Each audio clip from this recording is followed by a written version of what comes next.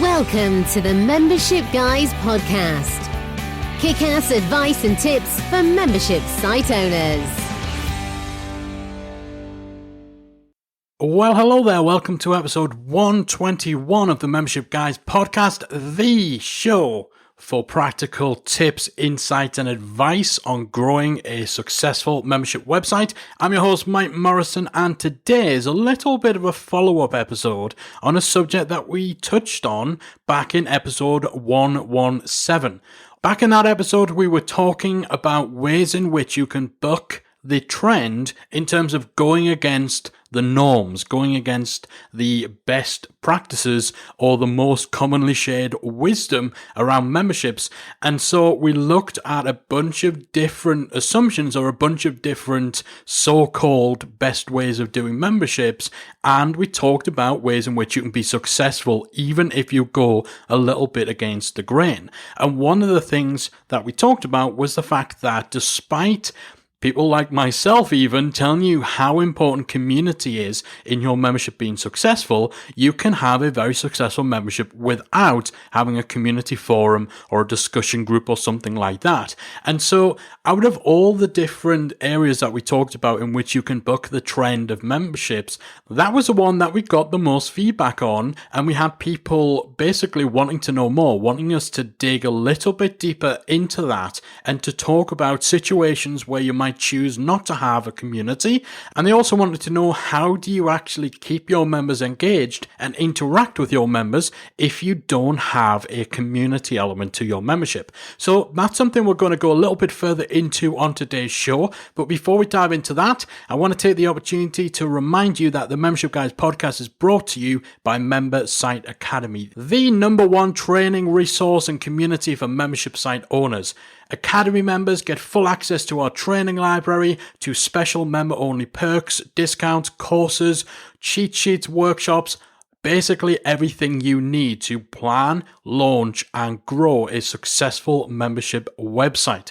And if that wasn't enough, you also get to tap in to the collective knowledge, expertise, and experience of hundreds of membership site owners, not to mention myself and Callie. And we've got your back every step of the way with the support, the resources, and the accountability that you need to be successful. If you are serious about growing a successful membership website, you need to be a part of Member Site Academy. So head on over to membersiteacademy.com to join today, and we'll see you in the academy.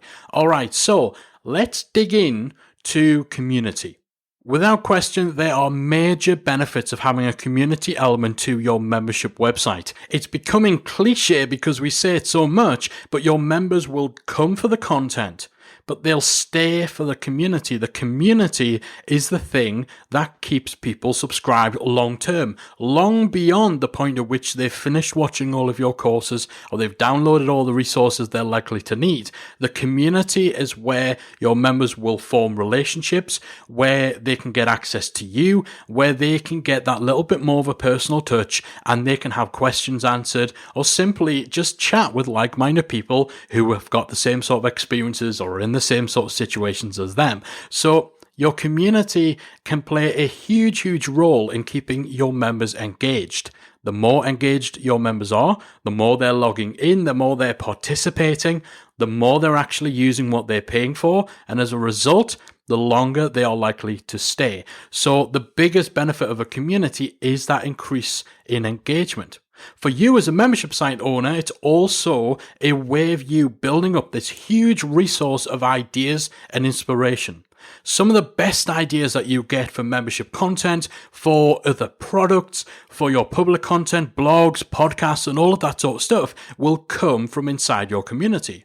And of course, that makes sense. It's a bit of a no-brainer. These guys are your biggest fans. They are your perfect customers because not only are they people who have the problems that you want to solve, but they're also people who have proven their intention and their ability and their willingness to pay you for the solution to their problems. And so why wouldn't you want to tap in to that collective information to observe what people talk about, what questions are they asking, to really take that opportunity to get to know and to fully understand your members, and as a result to build a clearer picture of how you can help serve them in other ways, even if it is just getting ideas for your blog posts or your podcasts or your membership content. So as a source of ideas and inspiration, community plays a huge part. It's also a much more manageable way of providing direct access to you. In most cases, memberships, or indeed the type of memberships that we cover mostly here at the Membership Guys and that most of you guys are dealing with, most of those memberships tend to be built around some sort of authority, an expert who is sharing your expertise, your experiences, you're teaching something. And so access to you is often a big motivator for why people will join your membership. They want to be able to ask you questions. They want to be able to get your response, your thoughts, and your input. But on a one-to-many basis, where you have hundreds or even thousands of members, that can be difficult to actually provide that sort of one-on-one attention. Having a forum or having a Facebook group gives you a platform that enables you to provide that sort of access, to connect with your members, to answer their questions, to give feedback without it eating into your personal time, without it becoming unmanageable. So as a channel to provide the sort of intimacy and the sort of access to you that your members will want, your community forum or your Facebook group is one of the most manageable ways of doing that. And as an extension of that, it's a way for you to deliver a little bit more customized value, a little bit more customized feedback. If you're creating courses or you're doing workshops and you're creating educational materials and resources for your members, you're obviously going to want to try and create stuff that helps the broadest range of people possible. And so while your courses or your other membership content may check off perhaps 90% of what someone wants to actually achieve or what is appropriate to someone's situation, everyone has their own idiosyncrasies, their own individual needs. And so your community is where you help fill that remaining 10%. It closes the gap. It's where you can give that little bit of bespoke value, that little bit of additional information or additional feedback that someone might need to apply your membership content to their particular needs and their particular situation. So without question, there are huge benefits of a community. However,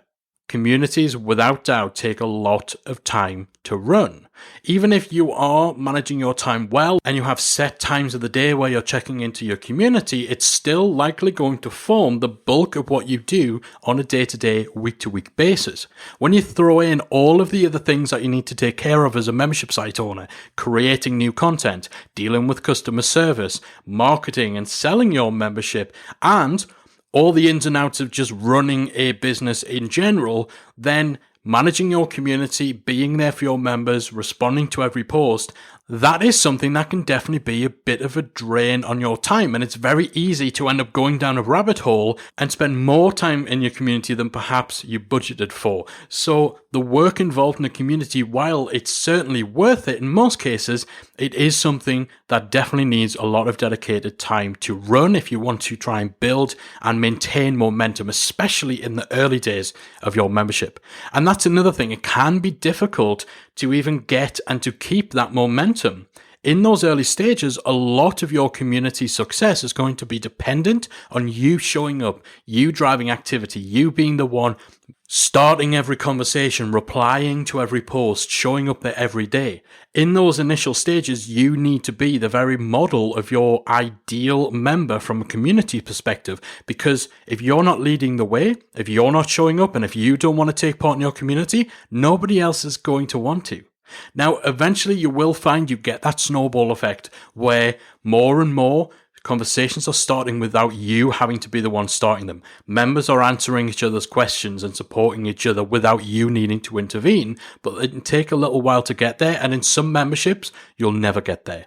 Some memberships, you have your community who are only interested in what you have to say. They're not necessarily as interested in connecting with each other. So even if you do get members supporting each other, there's still that need for you to be in there constantly providing the final definitive answer that your members are seeking. So getting and maintaining that momentum and kicking into that next gear can be difficult. There are also lots of potential headaches or potential problem areas that come from putting hundreds of people onto a single shared platform and giving everybody a voice, and doing it in an online format where it's text and it's image, and sometimes people aren't necessarily using their real name, they're using an avatar, they're using a pseudonym. So the potential headaches that can come from that, again, they can cause major problems for you.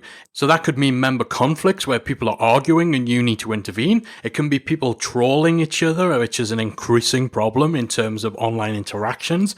It may be a case that you have competitors in a particular business market who are both in your forum and they're rubbing each other the wrong way, or maybe one of them is perceiving you to have some sort of bias to the other and they're complaining to you. All of this sort of stuff. You also have the potential for members overstepping their boundaries. That access that we talk about, the ability to provide pretty much unprecedented direct access to you to get your feedback and so on, that can spill over into other things when people maybe take it for granted that they have access to you. And so you may find yourself subject to lots of private communications where people are messaging you privately rather than actually posting discussions in the forum. If you're helping someone with their situation or answering their questions, the big benefit to doing that one-on-one when it's been posted in the member forum is that it still becomes a one-to-many thing because others reading your conversation can benefit from it. But if members are messaging you privately, then you don't get that benefit of essentially leveraging your time by being able to share the answer on a more open channel where others will benefit from it. So those sorts of potential headaches, dealing with conflicts, having to handle people who are stepping over the line in terms of behavior or overstepping their boundaries with you, competitors butting heads, all of this sort of stuff is obviously more likely to happen if you have a community platform where your members are able to interact. So there's some definite things in the cons column. We talk about how great community is, but it's not all awesome stuff. So you certainly need to factor these things into your decision about whether or not to add a community into your membership offering. There are also some situations where having a community simply may not work. One of which we mentioned back in episode 117 is where your membership is a little bit more of a utility kind of offering. So there are some topics out there that simply don't require discussion. If your membership is one where people are essentially just logging in to download resources, or maybe it's a membership where they have access to a plugin or to software or some sort of tools, where maybe they don't actually have an interest in interacting with other people who are also just there to download resources and so on, then you probably don't need a community. You might want to have an actual forum platform or a group for tech support or customer support, but there is a big difference between deliberately fostering a community and using a community platform as a support channel or as a way to ease member communications with you. So for those kind of utility type memberships, where your membership is very much more functional, people aren't logging in to spend time in your membership. They want to log in, get the job done, and then get out of there. You're probably better off not having a community. Another situation where you may not want to have a community is if your membership is centered around something that's a very sensitive topic. So maybe something centered around an embarrassing illness or an embarrassing condition. It might be something that targets businesses where they're not prone or not likely to want to discuss the ins and outs of what they're doing. Maybe it involves companies where they're dealing in sensitive customer information, and so there's all sorts of potential legal issues that they might have to deal with if they were to discuss their business with other people. Those sorts of situations, again, there's probably going to be more hassle than it's worth to have a community element to it. The third kind of scenario where community might not be for you is where your audience are severely tech averse or severely time limited. There are certainly plenty of types of memberships or plenty of audiences and topics where you're going to have that type of audience profile. And so you're just adding more stuff they need to know, more stuff they need to learn, more tech into the picture, or more demands on their time, that it's probably going to work against you if you're trying to encourage your members to jump into a community when the last thing they want is more tech or more time-consuming stuff to do. So again, that might be a situation where you either don't have a community or heaven forbid, for anybody who has listened to the show for a while and knows my stance on using Facebook groups for paid memberships, this sort of situation where your members are extremely tech averse and extremely time limited, but they do hang out on Facebook, that might be where you use a Facebook for the community element of your paid membership. So there you go. You have my permission in that situation to use a Facebook group for a paid membership, despite my multiple rants in the past about doing that. All right, so that's a third situation in which you may choose to not have a community or to have a much more slimmed down community through something like a Facebook group. The fourth is where your membership deals in a problem or a topic or an outcome that is very much fixed term. So we mentioned these again back in episode 117. It might be that your membership helps people prepare for a specific exam, or helps people learn for their driving test, or perhaps helps people study towards their degree or their high school diploma or their GCSEs or A-levels if you're based here in the UK. And so those sorts of things have a limited shelf life in terms of how long a member is likely to stick around. That is determined by the topic and by the thing that the membership actually does. So with those sorts of memberships where the member life cycle is very much stop, start, is very finite, then often the relationships that typically underpin a successful community can't fully form because people aren't around for long. And if somebody knows that they're only around short term, they're less likely to dive in and try to make those connections because they know that in 6 months' time, that their membership is going to end. So again, that might be a big factor if your membership is like that in deciding not to have a community element. The fifth situation where a membership community might not work is where you or your team will not be around. So whether this is just because you simply don't have the time, maybe you're running a membership on the side as you do coaching, or perhaps as you run a service business, or even as you continue on in full-time employment, then if you know that you absolutely do not have the time to be in your membership, or you absolutely do not want to spend the time in your membership, it's all right if you just don't like people.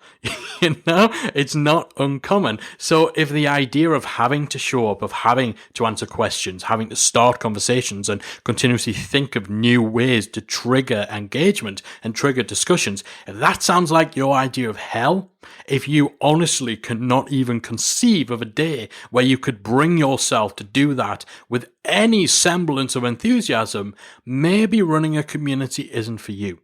Now, in some cases, with people whose situations or character aren't suited to a community, they will hire people to be community managers, or they'll partner up with someone in their business who will be the more public-facing side of what they do. However, not everyone's going to be in a situation to do that. So if you're not going to have a presence in there, either yourself directly or vicariously through a team member, then don't start a community. It is better to not have a community at all than to have one which is a ghost town because you never showed up yourself, and as a result, you never built that momentum that is needed for a community to thrive and to grow. And the sixth scenario in which you might decide against adding a community to your membership is where you know that there's going to be a major language barrier. So if you know that your market is predominantly English, but you're not a native English speaker and you really struggle with that, then that is going to make community management a lot harder. It's a little bit like we were literally just saying about not having the time or not having the inclination to show up.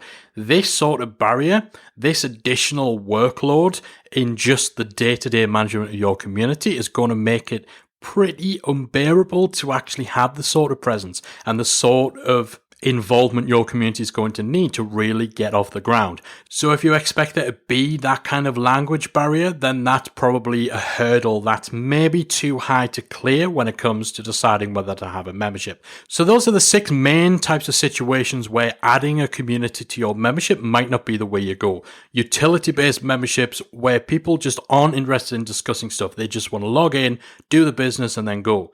Memberships that deal with a sensitive topic. Memberships where your audience are very tech averse or very time limited. Memberships where the outcome of the topic being covered is very short term or very fixed term, where you know that people are only going to be around for a set amount of time and then they have no use for your membership. sites where you or your team will not be around, whether that's because you don't have the time or you just don't have the inclination, and memberships where you know there's going to be a major language barrier between you and your community. So there are definitely situations in which community just will not be the way to go. The important thing to know, however, is that if you don't have an online community aspect to your membership, then you need to find other ways to engage your audience. You have to work harder to give them reasons to log in. So maybe that means gamification. So adding some gamification elements, maybe badges, lesson tracking, all that sort of stuff, adding that kind of thing to your content to make it a more positive, engaging experience when people are actually logging in and watching your courses or your workshops. Maybe it's just putting more of an emphasis on communicating with your members and keeping them up to date about new content, new goings on, so that you're always top of mind. You've always got reasons for them to actually log in and check out what's going on inside your membership. You could even run competitions and contests regularly based on activity in the membership. Maybe you do challenges that, again, people don't necessarily need to come together in a community for, but you can perhaps have prizes for people who achieve the best results, or a prize for people who get to a certain outcome. Or maybe it's free membership time or some other sort of prize for everybody who completes a challenge. Again, it's just thinking smarter and knowing that if you don't have a community, you have to fill up the gap elsewhere when it comes to giving people reasons to log in and adding that sticky factor to your membership that'll keep people around long term. Now, of course, we're talking about having an online community like a forum or like a Facebook group, but you can still foster community in a membership without having that sort of platform. So that could mean real world member meetups. Maybe you have local meetings either regularly or, on the back of when you're traveling, if you travel a lot. Perhaps you do member Q&A calls where everybody comes onto a webinar or a Zoom call, a Google Hangout or something like that, and they all get a chance to not only ask you stuff, but also to get to know each other, to connect with each other face to face in a virtual environment. Maybe it's something as simple as adding a comment section to your membership content. So if people do have questions, they have the ability to ask those, even though you don't have a dedicated community section. So it would just be like having comments on your blog posts or podcasts, except you make them available for lessons of your courses, for your workshops and other member content. And of course, you make it so that only members can post on there. The key to that, obviously, is that you answer those questions. So again, if you're in a situation where you just don't want to interact with your members, maybe adding comments into your membership content isn't going to be for you. You might even encourage unofficial fan communities. So even if you are in a situation where having your own community aspect to your membership doesn't make sense, you might still have a small proportion of your member base who do want that sort of community aspect. So you could encourage or maybe even sponsor an unofficial fan community, an unofficial Facebook group, an unofficial Slack channel. Although if that happens, you need to be careful in terms of how involved you are with that, in terms of allowing the branding to be used and making sure that it's clear that it's an unofficial community. It's clear that what goes on there isn't a reflection of you, your brand, and all that sort of stuff. So there's definitely hurdles, there's definitely potential pitfalls in that kind of thing. But again, depending on your audience, depending on your topic, it might be the best avenue to go down. Simple additions like allowing members to review content. So let's say you do have a purely utility-based membership where people are just downloading files, they're downloading worksheets, templates, video resources, whatever it is, then you can increase engagement simply by allowing members to leave their reviews for the files that they're downloading. That's also going to be really useful to you in terms of providing you with feedback on what's working and what's not, and that's going to inspire ideas for the future. So that whole benefit of having a community, the inspiration for ideas and all of that sort of stuff, you can get that in other ways by soliciting member feedback on individual content. You can also run regular surveys, again, to get those ideas, to get that feedback, and to make your members feel like they're heard. One of our members runs a membership for teachers to download training packs and lesson resources. So this is a largely utility-based membership, as we've been talking about, and as such, it doesn't have a dedicated community section, but The founder of that membership engages with his members through allowing them to leave reviews that then informs, obviously, the way he then follows up and interacts. If someone leaves a bad review, that gives him an opportunity to reach out and connect with them. He also has ongoing polls. So he has an ongoing polling section on his website where members get a vote for what content they want to see next. Again, there's that feedback element, and it's also checking the box for making sure that members feel like their input is heard and that the membership is being shaped around them.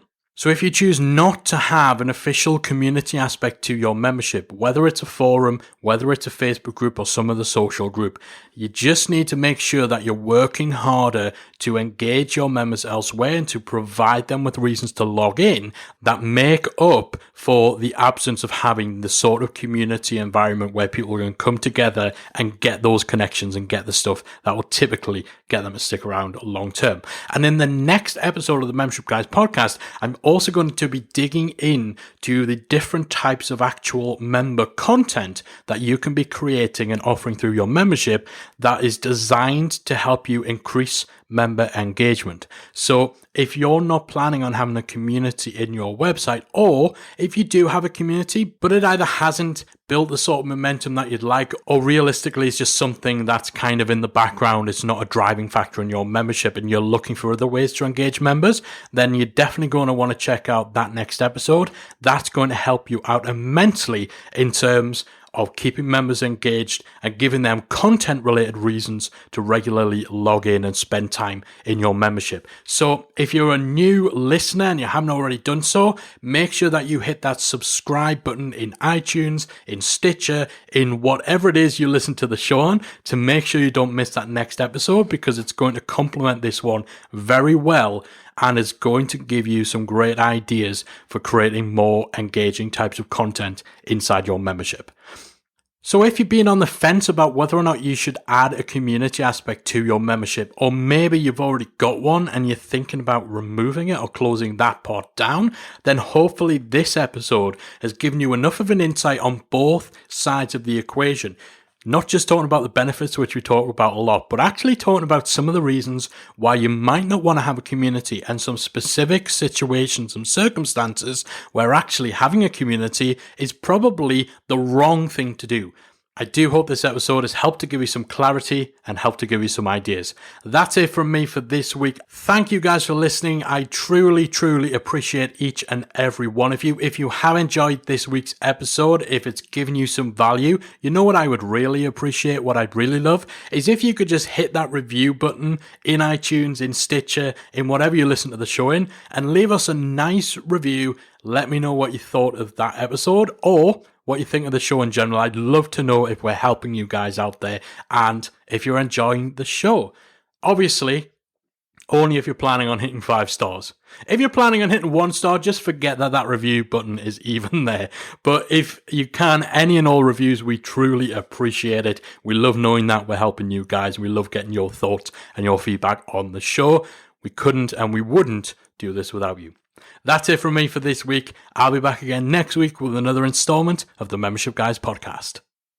If you've enjoyed today's episode of the Membership Guys podcast, we invite you to check out the membersiteacademy.com. The Membersite Academy is the essential resource for anyone at any stage of starting, growing, and running a membership website.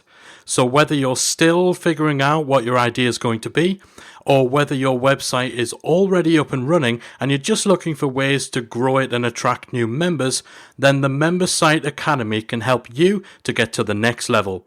With our extensive course library, monthly training, exclusive member-only discounts, perks and tools, and a supportive, active community to help you along the way with feedback, encouragement and advice, the Membersite Academy is the perfect place to be for anyone looking to start, manage and grow a successful membership website. So check it out at membersiteacademy.com.